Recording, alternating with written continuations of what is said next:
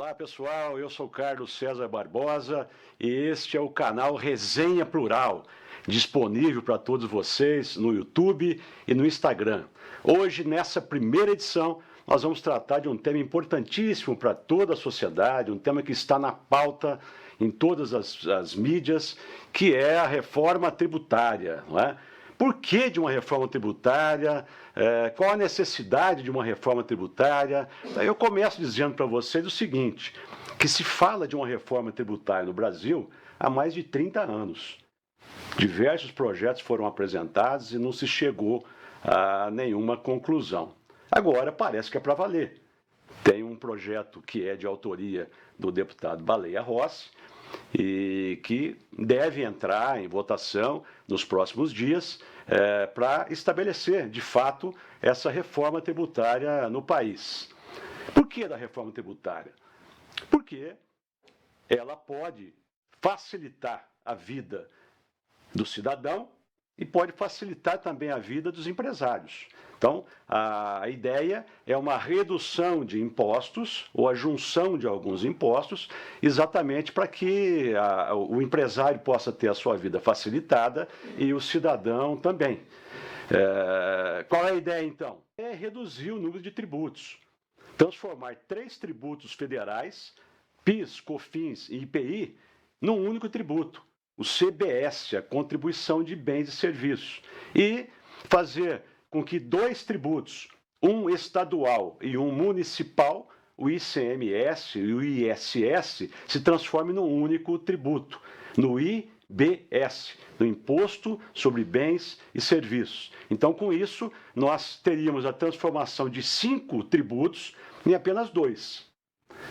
Muito bem. Isso, obviamente, que está causando muita polêmica. Toda novidade, aliás, gera muita discussão e gera muita preocupação, né? Muita ansiedade. Quem seria beneficiado com isso? Quem seria prejudicado com isso? Né? Os lobbies estão lá em Brasília trabalhando. Aqueles que estão sentindo prejudicado estão lá em Brasília fazendo lobby, trabalhando para não aprovação. Né? Quem seriam esses? Primeiro, os governadores, sobretudo das regiões Sul e Sudeste, com a preocupação de perda de receita. Perda do tributo mais importante para os estados, que é o ICMS. Por quê? Porque esses tributos seriam, ao seu tempo, geridos por um conselho. E não se sabe ainda quais serão as regras que esse conselho vai utilizar para a distribuição de receitas. Então, há uma preocupação muito grande dos governadores daqueles estados que mais produzem, daqueles estados que têm uma maior arrecadação. Por outro lado, existe também a preocupação de prefeitos que têm como um dos maiores fontes, uma das maiores fontes de arrecadação dos municípios, o ISS, Imposto sobre Serviço. Como funciona hoje? Cada município tem a sua lei própria a respeito do ISS, tem a sua tarifa própria. Né?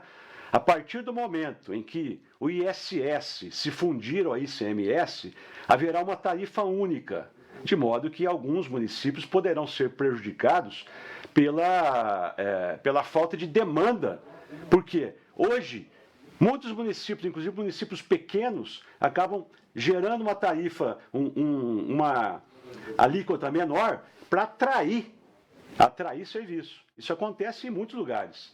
Por quê? Porque geralmente as cidades maiores têm uma alíquota um pouco maior do ISS. Então, as cidades que ficam no entorno das cidades maiores costumam oferecer uma alíquota um pouco menor para atrair as pessoas, para atrair os empreendimentos de serviço para o seu município.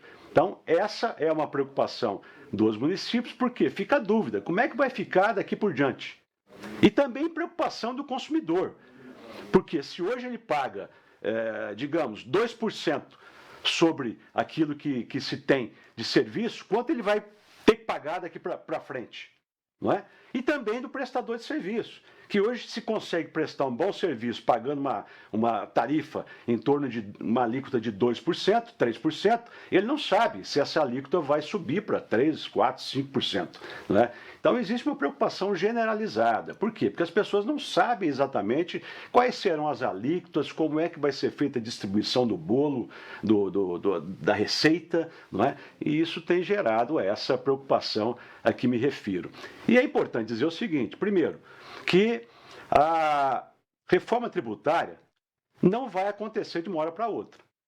Então, pelo cronograma existente, ela vai começar a ser testada em 2026. Em 2027 seria implantada a união desses tributos federais transformadas no CBS, Contribuição de Bens e Serviços. Em 2018 e 28, melhor dizendo, desculpem, seria implantada o IBS, o Imposto sobre Bens e Serviços, atingindo estados e municípios. Afora isso, a Constituição não vai trazer detalhes sobre tarifas, sobre alíquotas, sobre como esse bolo tributário será distribuído, como a arrecadação desse bolo tributário será distribuído. Ele vai trazer a estrutura da reforma. Todas essas outras questões deverão ser tratadas por leis complementares. Então, a Constituição traz a estrutura e depois virão as leis complementares para cuidar dos detalhes, né? Esmiuçar aquilo que a Constituição vai colocar como regra. Né? O questionamento. Quais os partidos que são favoráveis, quais os partidos que são contrários? Essa reforma ela tem uma inspiração de direita, tem uma inspiração de esquerda? O que é que está acontecendo afinal? Olha, é difícil você identificar se ela tem uma inspiração de esquerda e de direita. O importante é que, ainda nessa semana, 67 economistas de peso firmaram um abaixo-assinado pela reforma tributária, pela aprovação da reforma tributária. Dentre eles, Armínio Fraga, né, e outros tantos. Edmar Baixa e outros tantos e tantos economistas de peso do país. Então, me parece que uma boa ala dos economistas aprova, e economistas conceituados, uma boa ala aprova a reforma tributária. Não é? Por outro lado, o PL já se manifestou que vai votar contra. O PL, teoricamente, é um partido de direita, não é? Então, vai votar contra porque é uma reforma do governo Lula, que será endossada pelo governo Lula, ou vai votar contra por questão ideológica? Não é? Então, isso não se sabe ainda. Não é? O importante é que esse tema está na pauta, esse tema vai repercutir na vida do cidadão. O que nós esperamos é que ele tenha uma repercussão positiva. Já existem pontos que estão sendo vistos com bons olhos, como, por exemplo, o cashback. O cashback seria a devolução de parte de tributos pagos por pessoas de pequena renda, de pouca renda. Não é? Então, essa, obviamente, que seria importante como um fator de distribuição de renda. Não é? E a unificação desses tributos com uma tarifa única.